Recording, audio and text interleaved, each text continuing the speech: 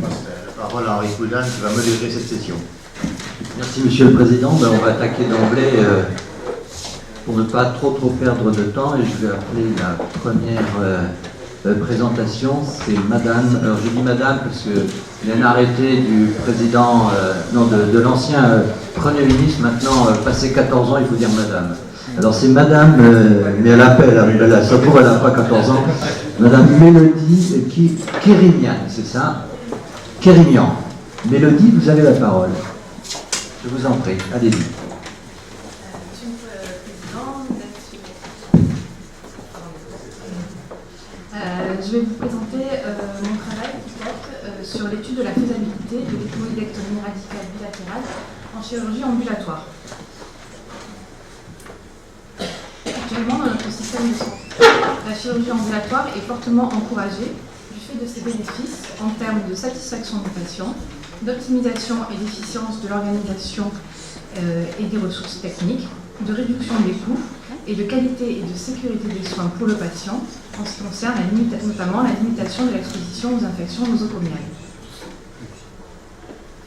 Le taux global de chirurgie ambulatoire, toute chirurgie confondue, était en France en 2010 aux alentours de 42%.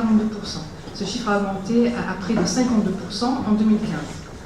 En ce qui concerne plus précisément la rhinologie, en 2015 en France, le taux de chirurgie du nez en ambulatoire était de 46% et à Bordeaux, au CHU de Bordeaux, près de 60%. Contrairement au taux de chirurgie des sinus qui était seulement de 33% en France et de 42% à Bordeaux. Pourquoi avons-nous fait le choix de l'apnoïdectomie totale radicale bilatérale? Actuellement, les recommandations de la Société française d'ORL ne concernent que la septoplastie ou des gestes plus mineurs de chirurgie endoscopique endonasale comme la valatotomie moyenne.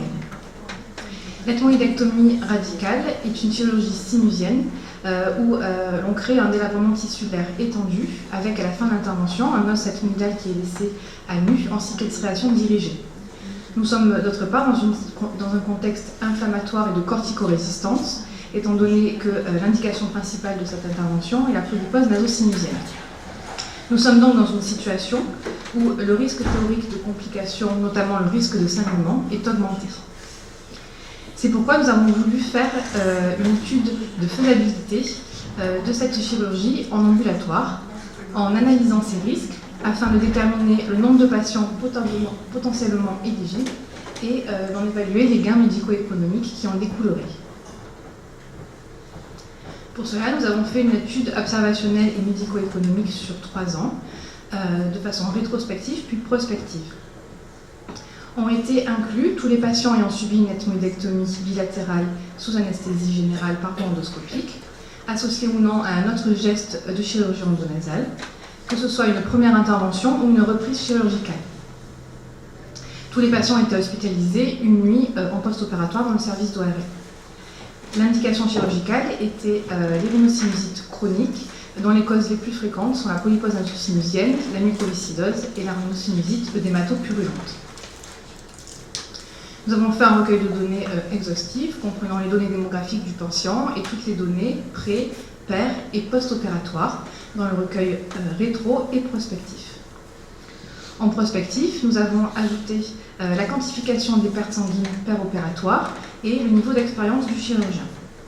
Tous les patients remplissaient un autoquestionnaire AJ1 et AJ30 concernant leur satisfaction en termes de qualité de l'information, de contrôle de la douleur et d'éducation des soins post-opératoires. Ils étaient revus en consultation de contrôle à 1 mois. Nous avons utilisé comme critères d'éligibilité à la prise en charge ambulatoire les critères des recommandations de la Société française d'anesthésie-réanimation et de l'Association française de chirurgie ambulatoire, excepté pour le critère de durée d'intervention que nous avons étendu à 2h30 en nous basant sur une analyse réalisée dans notre service en 2013 sur la prise en charge ambulatoire des septorhinoplasties, dont la durée d'intervention pouvait aller jusqu'à 2h30 et ça ne posait pas de soucis pour le retour à domicile le jour même. Nous avons donc inclus 165 patients avec une moyenne d'âge de 50 ans. Ils ont donc tous subi une ethmoïdectomie bilatérale. 45% des patients ont une septoplastie associée et 42% une sphénoïdotomie. 45% étaient des reprises chirurgicales. La cause la plus fréquente était la polypose nasocinusienne, qui s'insérait ou non dans un syndrome de Fernand-Vidal. Et nous avons eu quelques cas de mucoviscidose et d'orinosinusite œdématopurulente. La durée d'intervention était en moyenne de 84 minutes. Elle était significativement allongée en cas de réalisation d'une septoplastie et elle était diminuée avec l'augmentation de l'expérience du chirurgien et en cas de reprise chirurgicale. Et il existait une forte corrélation entre la durée opératoire et les pertes sanguines. En appliquant les critères d'éligibilité et en relevant toutes les situations où un retour à domicile en toute sécurité après l'intervention n'aurait pas été possible, nous avons retrouvé une contre-indication à l'ambulatoire chez 58 de nos patients, soit 35% de notre population. 39 patients présentaient une contre-indication dès la consultation préopératoire et la consultation d'anesthésie. 6 patients ont eu une complication péropératoire qui nécessitait une nuit de surveillance en hospitalisation. Les données de la SSPI étaient incompatibles avec un retour à domicile pour 11 patients. Les données cliniques dans les 6 heures post-opératoires au retour dans le service conventionnel n'étaient pas compatibles pour 4 de nos patients. Enfin, 6 patients ont une durée d'intervention supérieure à 2h30. En ce qui concerne les complications per- et post-opératoires à J0. La chirurgie sinusienne est une chirurgie qui est peu douloureuse. Ce critère ne rentre normalement pas en compte pour décider ou non de l'hospitalisation. Nous avons eu 2 cas de saignement importants qui ont nécessité une reprise chirurgicale dans les 6 heures post-opératoires. Et près de 11% des patients présentaient une épistaxis léger, s'arrêtant avec des mesures simples et ne contre-indiquant pas le retour à domicile. Enfin, nous avons eu 5 brèches orbitaires péropératoires non compliquées qui nécessitent une surveillance et des consignes particulières. Dans les 30 jours post-opératoires, il y a eu 11 consultations aux urgences, dont 2 réhospitalisations avec reprise chirurgicale, un hématome de cloison et un saignement important. 4 patients ont consulté leur médecin de ville, principalement pour des raisons de douleur en raison d'une accumulation de croûtes dans les fosses nasales. Et 6 patients ont appelé dans le service pour avoir des informations supplémentaires.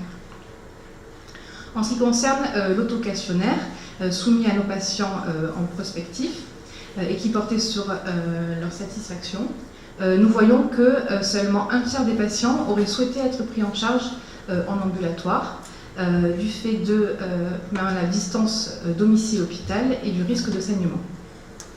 Globalement, les patients étaient satisfaits de l'information qu'ils avaient reçue en pré- et post-opératoire par tous les acteurs du parcours de soins. Ils étaient également satisfaits du contrôle de leur douleur post-opératoire et de l'information donnée sur les soins post-opératoires qui sont dans ce cas précis dominés par les lavages de nez. Les lavages de nez ne sont pas réalisés au domicile par une infirmière mais bien par le patient lui-même et c'est important qu'il puisse bien les faire. Enfin, nous avons fait une analyse médico-économique sur 3 ans, conjointement avec le service financier du CHU de Bordeaux, sur les 65% de patients qui auraient pu être éligibles à l'ambulatoire. Il y aurait eu une économie d'environ 28% par procédure, soit près de 60 000 € sur 3 ans. Dans notre étude, 126 patients auraient pu être pris en charge en ambulatoire. Si nous avions appliqué les critères de retour à domicile en toute sécurité, 15% d'entre eux auraient été admis en hospitalisation traditionnelle. Nous nous retrouvons dans la limite haute des données retrouvées dans la littérature pour des chirurgies sinusiennes moins invasives que celle-ci. Les facteurs prédictifs d'une transformation en hospitalisation traditionnelle retrouvés dans la littérature sont la reprise chirurgicale, un score ASA égal ou supérieur à 3, un âge supérieur à 50 ans, une durée opératoire longue et un méchage post-opératoire. Dans notre étude, la reprise chirurgicale était plutôt synonyme de diminution de la durée d'intervention et de diminution des pertes sanguines. Nous ne le retenons donc pas comme un critère prédictif. De même, pour le méchage post-opératoire, il n'a jamais été une cause d'hospitalisation ou de réadmission. Nous n'avons eu aucun cas de complications majeures Et les complications mineures à type de brèche orbitaire, de saignement ou d'infection ont des taux similaires retrouvés dans la littérature. Enfin, dans la littérature, on retrouve des facteurs influençant la satisfaction des patients d'une prise en charge ambulatoire, quel que soit l'acte chirurgical réalisé. Et nous voyons ce qui ressort le plus souvent, le contrôle de la douleur post-opératoire et la qualité de l'information reçue. En conclusion, notre analyse de risque sur 3 ans a montré que plus de 60% des ethmoïdectomies totales bilatérales radicales pourraient être réalisées en ambulatoire sans sur-risque pour le patient et avec un gain médico-économique de 28% par procédure. Il est important d'anticiper les complications en les définissant avec le patient, notamment dans ce cas le risque de saignement, lui expliquer la différence entre un saignement normal et un saignement pathologique. Et ensuite définir avec le patient quelles sont les conduites à tenir en cas de survenue d'une complication. L'information donnée aux patients en pré- et post-opératoire est donc primordiale dans notre gestion du risque au quotidien. Merci de votre attention. Merci infiniment, madame. J'ai retenu évidemment, c'est une très très belle communication qui s'inspire un petit peu d'ailleurs des travaux de l'Académie nationale de chirurgie, puisqu'on a eu des séances sur la RAC, etc., et sur le problème de l'ambulatoire. En tous les cas, j'ai retenu des mots-clés qui m'ont bercé le cœur, puisque 100% des patients, j'ai bien écouté ce que vous avez dit, étaient parfaitement satisfaits de l'information donnée en préopératoire. Il faut que ça inspire tout le monde. Et puis vous avez mis dans votre dernière diapositive la qualité de l'information. Donc c'est une nouvelle démarche qui rend compte effectivement de la satisfaction des patients. En tous les cas, c'était bravo pour cette très très belle communication. Est-ce qu'il y a des questions à poser à Mélodie ?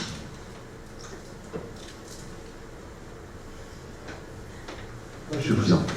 J'ai une question, parce que c'est vrai que nous avons aussi en neurochirurgie une pression pour la chirurgie ambulatoire, c'est un petit peu moins facile en neurochirurgie, mais certains collègues ont commencé à explorer les possibilités de faire la chirurgie hypophysaire en ambulatoire, qui se rapproche pas très loin, avec les mêmes risques et les mêmes conséquences, avec effectivement des hématomes, des complications ophtalmologiques ou des brèches avec des méningites.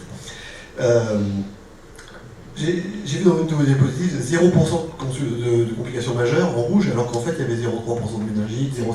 C'est retrouvé dans la littérature. Ce qui est retrouvé, d'accord. Voilà, c'est ça, d'accord. Et alors, je vois bien la formation par rapport au saignement.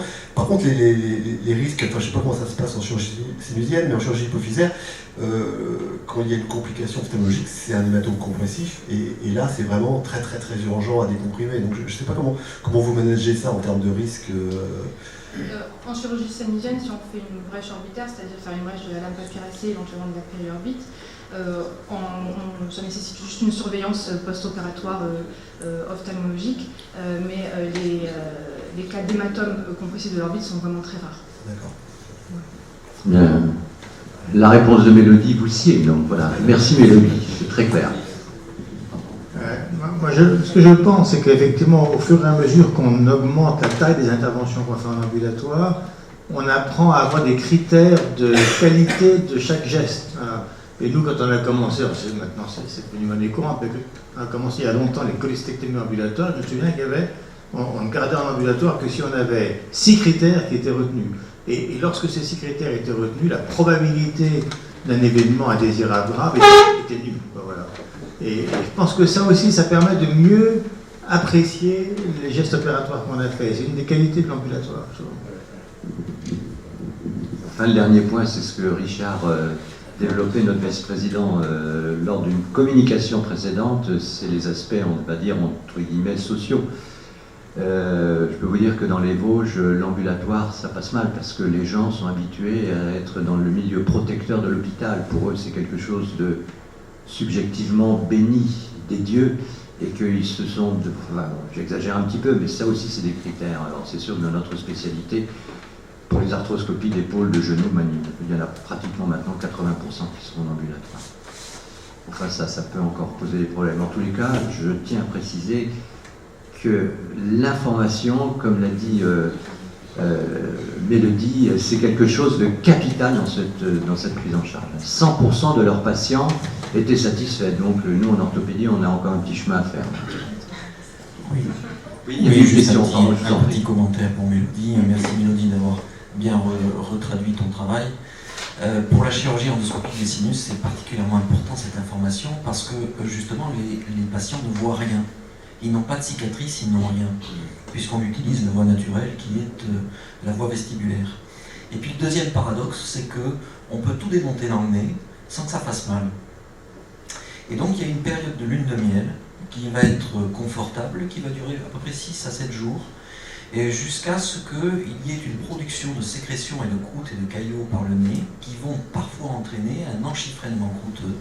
Et à partir du moment où il y a cet enchiffrement croûteux, ça va se comporter comme un corps étranger et ça va commencer à faire mal. Et donc il va falloir anticiper cette cinétique de cicatrisation dirigée pour que le post-opératoire se passe le mieux, et ça passe par l'information et l'anticipation. Voilà. Merci de cette précision, effectivement. Je voudrais juste faire, sans être ambulatoire, revenir une petite remarque sur le problème économique. Bien évidemment, c'est clair, on est tous plus ou moins convaincus. Ma question serait de savoir quand même si au niveau du service, et là je me tourne peut-être vers votre patron, c'est-à-dire est-ce que sur le plan économique, pour que ça marche bien, ça ne nécessite pas aussi d'avoir un téléphone dédié, une secrétaire en plus, que le compte-rendu soit donné le soir même. Il y a tous ces problèmes que souvent nos ministères... Donc si vous donnez 28%, est-ce que c'est des 28% en ayant eu quand même une infirmière ou deux, une infirmière en plus, un centre ambulatoire qui ouvre bien, la secrétaire, la publication des trucs, etc. Voilà. Mélodie, on va laisser répondre donc votre patron. Voilà, ouais. Alors effectivement, c'est très important. On a la chance à Bordeaux d'avoir un nouveau bâtiment depuis 2008 qui est dédié aux spécialités chirurgicales, et nous avons une unité de chirurgie ambulatoire dédiée à l'ORL, l'ophtalmo, la maxillofaciale, les brûlés et les plasticiens. Et donc nous travaillons ensemble avec cette unité de chirurgie ambulatoire, et il y a du personnel dédié pour, par exemple, l'appel du lendemain, etc. etc. Merci. D'autres questions? Bien, encore une fois, merci infiniment, Mélodie.